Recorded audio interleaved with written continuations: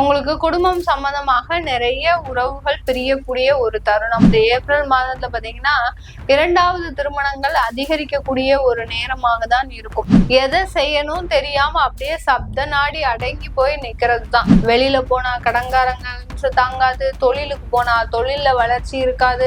அப்படியே பாத்தீங்கன்னா கூட உங்களுக்கு வேலைக்கு தொழிலை விட்டு வேலைக்கு போயிடலாம் அப்படின்னு பாத்தீங்கன்னா வேலையில நம்மளை ஒரு பொருளாகவே மதிக்க மாட்டாங்க. அதுக்கப்புறம் நம்மளை ஒரு மனுஷனாக மதிக்கிறது, ஒரு பொருளுக்கு கூட நம்மளை மதிக்காத ஒரு நபர்களாக இருப்பாங்க. இந்த மாதத்துல நீங்க வெறும் தெய்வ கோயில்களுக்கு மட்டும் செய்யுங்க, வேற எந்த விதமான பலனுமே எதிர்பார்க்காதீங்க. உங்க மாசம் எத்தனாம் தேதி வருதுன்னு போய் அன்னைக்கு போய் செல்ஃபிஷா உங்களுக்கு மாத்திரம் அர்ச்சனை பண்ணிக்கோங்க. உங்க குடும்பத்துல இருக்கிறவங்களுக்கு எல்லாம் பண்ண வேண்டாம். ஏன்னா பண்ணுனீங்கன்னா அவங்களும் சேர்ந்து உங்களுக்கு பிரச்சனைக்கு வருவாங்க. அதனால செல்ஃபிஷா இருங்க.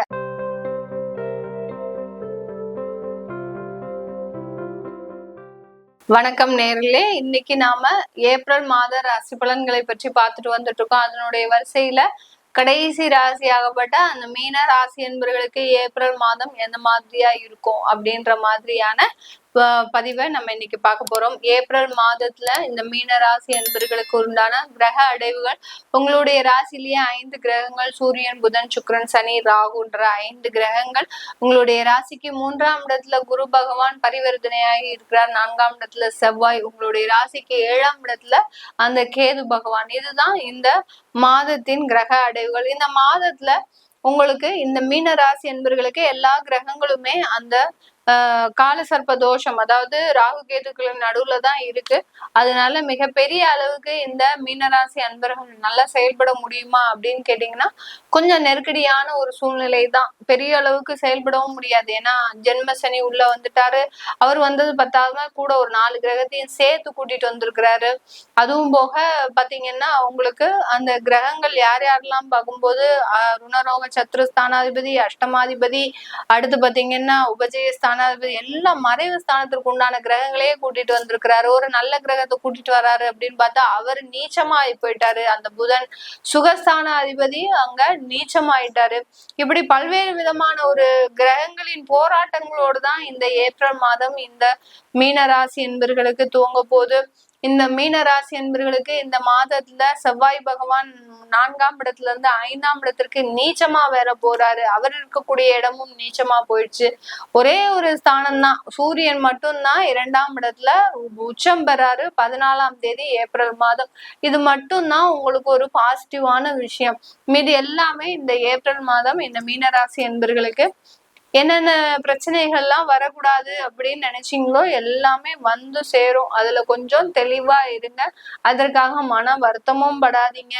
ஏன்னா கிரகங்களின் கோச்சாரம்ன்றது பாத்தீங்கன்னா தற்காலிக சூழ்நிலை தான். இந்த ஒரு மாதத்திற்கு உங்களுக்கு ஒரு சின்ன சிக்கல் இருக்கும், அதுக்கப்புறம் அதுவே பழகிடும். ஏன்னா ஜென்ம சனி இல்லையா, 2.5 வருடங்களுக்கு உங்களை சனி பகவான் இருந்து செய்ய போறார்.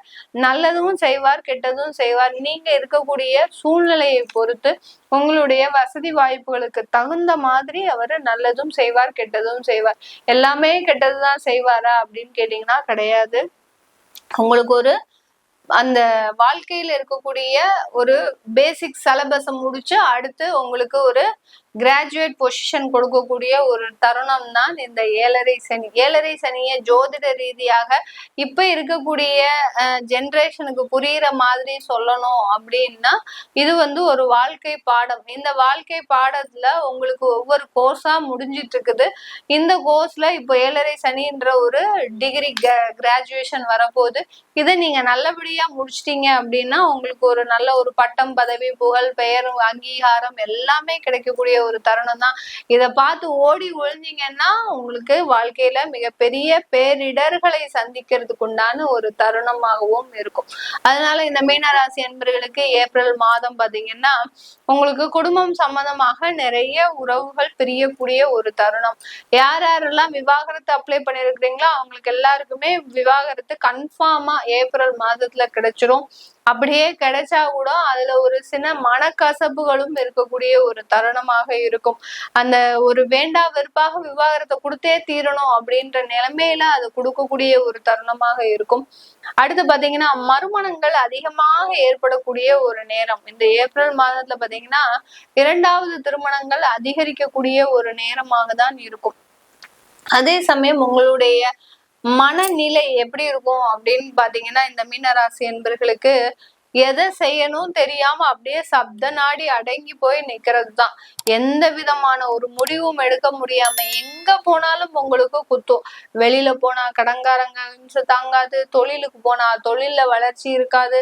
அப்படியே பாத்தீங்கன்னா கூட உங்களுக்கு வேலைக்கு தொழிலை விட்டு வேலைக்கு போயிடலாம் அப்படின்னு பாத்தீங்கன்னா, வேலையில நம்மளை ஒரு பொருளாகவே மதிக்க மாட்டாங்க. அதுக்கப்புறம்ல நம்மளை ஒரு மனுஷனாக மதிக்கிறது. ஒரு பொருளுக்கு கூட நம்மளை மதிக்காத ஒரு நபர்களாக இருப்பாங்க. நம்மளை ஒரு ஏளனமா அப்படியே ஒரு பிச்சைக்காரங்களை பாக்குற மாதிரி பார்ப்பாங்க. அந்த அளவிற்கு வேலை செய்யக்கூடிய ஒரு இடத்துல ஒரு நெருக்கடிகள், குடும்பம்னு வந்துட்டோம் அப்படின்னா குடும்பத்துல நம்மளை ஒரு மனுஷனாவே மதிக்க மாட்டாங்க. ஏதோ ஒரு மிருகத்தை ஒரு ஹேண்டில் பண்ற மாதிரிதான் ஹேண்டில் பண்ணுவாங்க. அந்த அளவிற்கு இந்த மீனராசி என்பர்களுக்கு எல்லா இடத்துலயும் இருந்தும் ஒரு பிரச்சனைகள் அதிகரிக்கிறது காரணத்தினால இந்த மாதத்துல நீங்க வெறும் தெய்வ கோயில்களுக்கு மட்டும் செய்யுங்க. வேற எந்த விதமான பலனுமே எதிர்பார்க்காதீங்க. எந்த அளவுக்கு ஆன்மீக வழிபாடு பண்றீங்களோ, எந்த அளவுக்கு தான தர்மங்களை பண்றீங்களோ, நிறைய காசு வச்சிருக்கிறேன் எனக்கு திருமணம் ஆகணும், திருமணம் ஆகல அப்படின்றவங்களெல்லாம் நீங்க நிறைய தெய்வ வழிபாடு மட்டும் பண்ணுங்க. இந்த காலகட்டத்துல முயற்சிகள்லாம் எடுக்காதீங்க. உங்களுக்கு திருமணம் நடக்கணும், ஏன்னா உங்களுக்கு 5 வருஷமா திருமண தடை இருக்கு. அந்த திருமண தடைக்கு உண்டான ஒரு நிவர்த்தியை தேடுங்க. நிவர்த்தியை தேடிட்டீங்கன்னா ஆட்டோமேட்டிக்காக இருக்கக்கூடிய தடைகளும் நிகரக்கூடிய ஒரு நேரமாக தான் இருக்கும் இந்த மீனராசி என்பவர்களுக்கு. அதனால நிறைய தெய்வீக பரிகாரங்களை செய்யுங்க. யார் யாருக்கெல்லாம் ஆயுஷ் ஹோமம் பண்ணணும்னு நினைக்கிறீங்களோ அவங்க எல்லாம் பண்ணிக்கோங்க. ஏன்னா ஜென்ம சனி வரதே பாத்தீங்கன்னா அடுத்து ஒரு மறுபிறவி மாதிரி தான். நம்ம அடுத்து ஒரு உயிர் தெழுறோம் அப்படின்ற மாதிரி தான். அதனால ஆயுஷ் ஹோமம் பண்றவங்க நினைக்கிறவங்க பண்ணிக்கலாம். இல்ல ஆயுஷ் ஹோமம் பண்ண வேண்டாம் அப்படின்றவங்க உங்களுடைய நட்சத்திரத்தை அன்னைக்கு, உங்களுடைய மாசம் உங்களுடைய நட்சத்திரம் வர அன்னைக்கு, அதாவது பூரட்டாதி, உத்திரட்டாதி, ரேவதி இந்த 3 நட்சத்திர அன்பர்களும் உங்க மாசம் எத்தனாம் தேதி வருதுன்னு போய் அன்னைக்கு போய் செல்ஃபிஷா உங்களுக்கு மாத்திரம் அர்ச்சனை பண்ணிக்கோங்க. உங்க குடும்பத்துல இருக்கிறவங்களுக்கு எல்லாம் பண்ண வேண்டாம். ஏன்னா பண்ணுனீங்கன்னா அவங்களும் சேர்ந்து உங்களுக்கு பிரச்சனைக்கு வருவாங்க. அதனால செல்ஃபிஷா இருங்க. இந்த 7.5 சனியில எந்த அளவுக்கு செல்ஃபிஷா இருக்கிறீங்களோ அந்த அளவுக்கு உங்களுடைய உயர்வை மட்டுமே காண முடியும். பிரச்சனைகள்ல இருந்து விலகி இருக்கலாம். இந்த மீன ராசி என்பர்களுக்கு செல்ஃபிஷா இல்லாம நான் பொது நலமா இருக்கிறேன் அப்படின்னு இருந்தீங்க அப்படின்னா எல்லாருமா சேர்ந்து எப்படி மிருகன் படத்துல வர்ற மாதிரி எல்லாரும் ஒரு மிருகமா மாறுறாங்களோ அந்த மாதிரிதான் மிருகமா மாறிக்கிட்டே இருப்பாங்க எல்லாரும். அதனால மேக்சிமம் சொந்தக்காரங்களை அவாய்ட் பண்ணுங்க, 3வது நபர்களை அவாய்ட் பண்ணுங்க, நண்பர்களை அவாய்ட் பண்ணுங்க.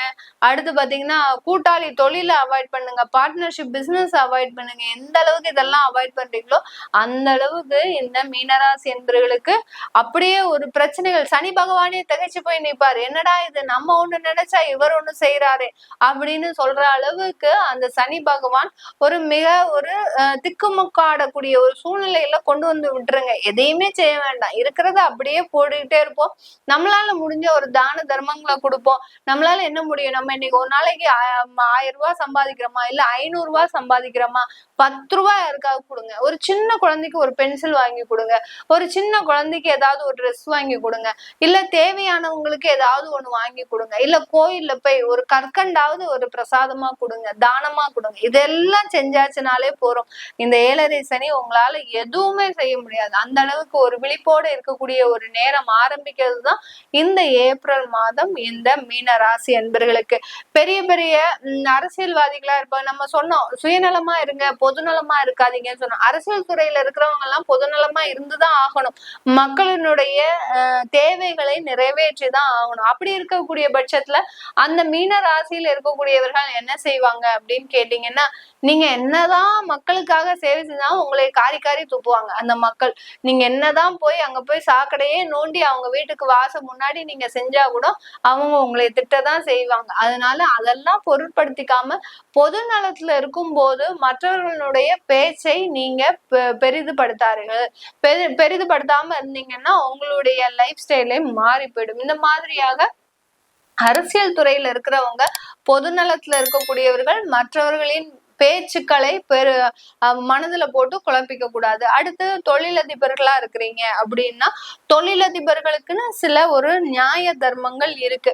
அந்த நியாய தர்மங்களை மட்டும் ஃபாலோ பண்ணுங்க. இல்ல நான் நேர்மையா தொழில் செய்வேன் அப்படின்னு இருந்தீங்கன்னா உங்களை 7.5 சனி பெருமளவுல காலி பண்ணிடும். அதுக்காக நான் ரொம்ப இல்லீகலாவும் செய்யக்கூடாது. இல்லீகல்ல செஞ்சீங்கன்னா மாட்டிப்பீங்க. அதனால கொஞ்சம் லிபரலா செய்யுங்க. ரொம்பயும் தொழில இழுத்து விட்டுக்காம ரொம்பயும் பின்னடைவு நிலைக்கு போய்க்காம கொஞ்சம் லிபரலா செஞ்சிட்டீங்கனாலே போறோம். பெருமளவு உங்களுக்கு பாதிப்புகள்ல இருந்து தப்பிக்க முடியும். ஏப்ரல் மாதம் மீடியால இருக்கிறவங்க, சினி துறையில இருக்கிறவங்க, கலைத்துறையில இருக்கிறவங்க, இவங்களுக்கு எல்லாருமே நீங்க எல்லாருமே எச்சரிக்கையா இருக்கணும்.